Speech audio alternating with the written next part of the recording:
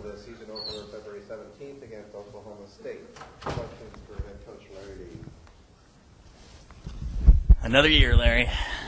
Just kind of talk about your outlook on the team coming in. I mean, what will be your guys' strengths and what you really need to focus on during preseason? Well, we start team practices Friday, and so we'll enter squad 3 times a week for the next 3 weeks. And that'll give us a better picture of where we are. We had a good fall season, our practice season, and during the month of January we've had real small group interactions with the coaches, and now we put everything together. So it's a lot of new faces. Have 13 new faces, seven new pitchers. So I think the thing we lost from last year was some quality pitching, and those new faces will have to step up pretty quick. But real good recruiting class over the last 2 years. So we had a lot of young, especially position players, get some time last year, and then this year we have the pitching combined with some young position players. So the sooner they can get acclimated to this level, the better off we're going to be. But most of this group's going to be around for 2 years. We'll lose a couple of position players that are key components to this year's success, but overall, this whole group should be with us for a couple of years. So, I mean, not trying to look back, but I mean, you guys lost your Friday, Saturday starters pretty much. Your closer, Crocker. I mean, who are some people we can see potentially to fill these holes for you? Well, some of the players that got experience last year, the new players, Jimmy Allen, David Armendariz, Chris Hu, they're all back. They should all be back in a starting role. Combine that with Mike Miller, fifth-year senior shortstop, Mitch Haniger, one of the better players on the West Coast in center field. So it's a good group position-wise to work with. Pitching-wise, we lose 2 starters and 2 bullpen guys from last year that really accounted for a lot of the success that we had. And so we're not quite sure. We think if we had to start the season right away, we would go with Joey Wagman, who'll be a junior this year. He's had some experience. He would be our Friday night pitcher. A freshman left-hander by the name of Matt Emhoff would be our Saturday starter, and a JC transfer, Kyle Brueggemann, would be our Sunday starter. So we feel good. Kyle Anderson is a 4th-year senior. Right now he's tabbed as probably a Tuesday starter, possibly some relief.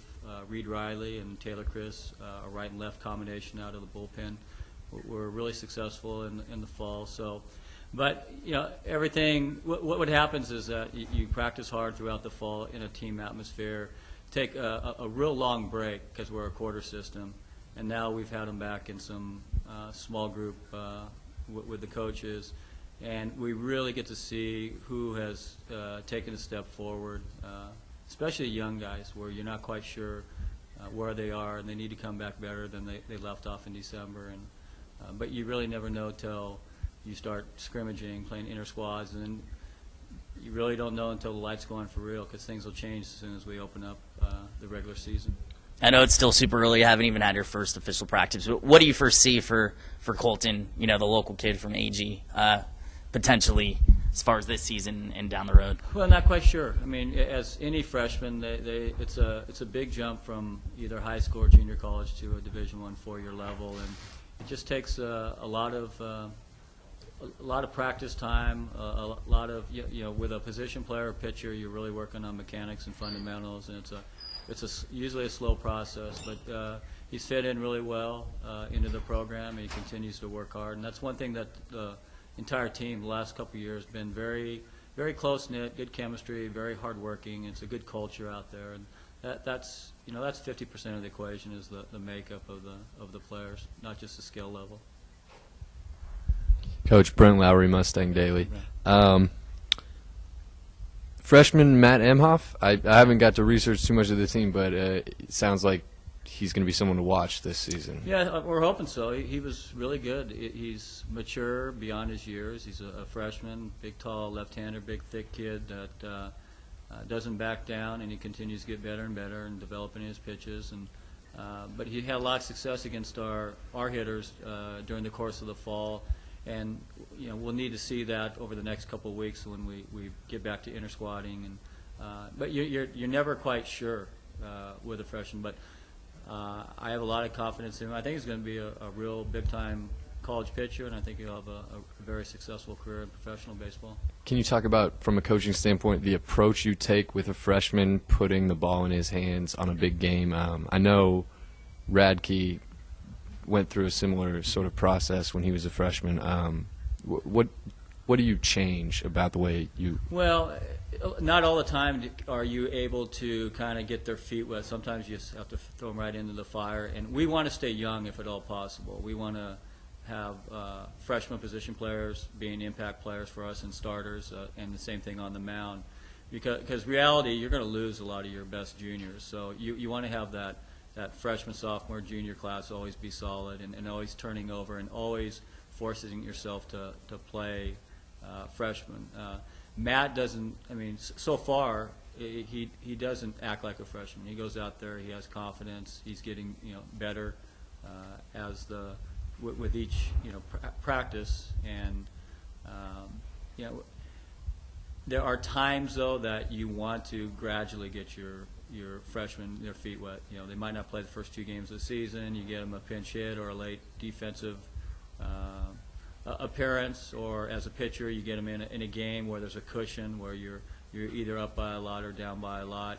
And that way you kind of get their feet wet, and the next time they feel a little bit more comfortable. And sometimes you don't have that luxury, and sometimes you just want to see what they're made of. And last year we did that with 2 or 3 of our position players, and then we did that with Chase Johnson, our freshman pitcher last year, his first start was against USC on the road. So you find out a lot about your players in the heat of battle and competition, and then you go from there. Then you make adjustments and see which direction you need to go in. What do you think about the rain? I know it's not conducive to baseball. Yeah, we need it. I mean, we're fine. I mean, baseball, our guys put in so much time. I mean, they're always putting in extra time, in the batting cages or in the weight room, and took a tour after the basketball game on Saturday night, and there was about 12 or 15 of our baseball players lifting in the new rec center, and that's kind of the norm for our guys. And even during the season on our days off, you'll see probably 2/3 of the position players out there for a couple of hours working on their skills. It's just that's the type of student athlete we have right now, and that's the type of athlete we want to continue to recruit. Looking forward to it. Thank you. Hi, Coach. Lacey O'Connor, KCPR.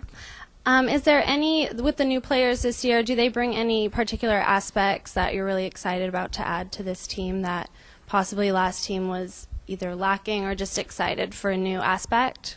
Well, we brought in 7 new pitchers, and that's the main thing. Like I said, we had 4 pitchers that contributed last year to our success, and we're trying to get the 7 new faces on the mound to step up and to contribute, and I think a lot of them have. And you don't know until the season starts and they pitch against somebody for real, when it costs you a win or costs you a loss. And sometimes when you're inter-squatting over and over, you're facing the same hitters, and the hitters are facing the same pitchers, so you're not quite sure how good you really are. Are we really that good of a hitting team and that bad of a pitching team, or vice versa? But you find out in a hurry once you start facing competition for real. But it's a good group. They work hard. As freshmen, they just need to get over they need to get right after it and act like they want to compete for a starting position. Sometimes they come in, they're kind of feeling their way around, whereas you can tell the difference between somebody that's been in the program before. They're in the rec center lifting extra. They're out on the field getting extra work in. They're in the batting cages getting extra work in.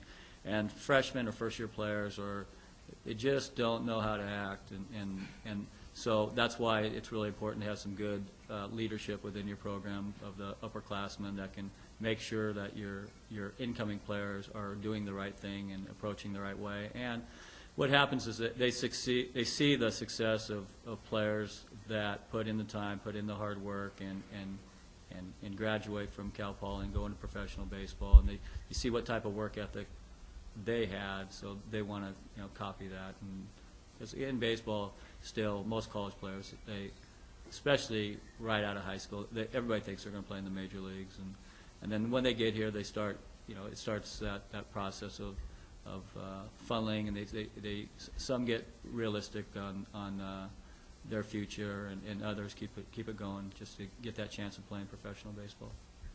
And how do you lead them to that new mindset, kind of being so dedicated and just the reality of it all, or does kind of the upperclassmen take care of that for you?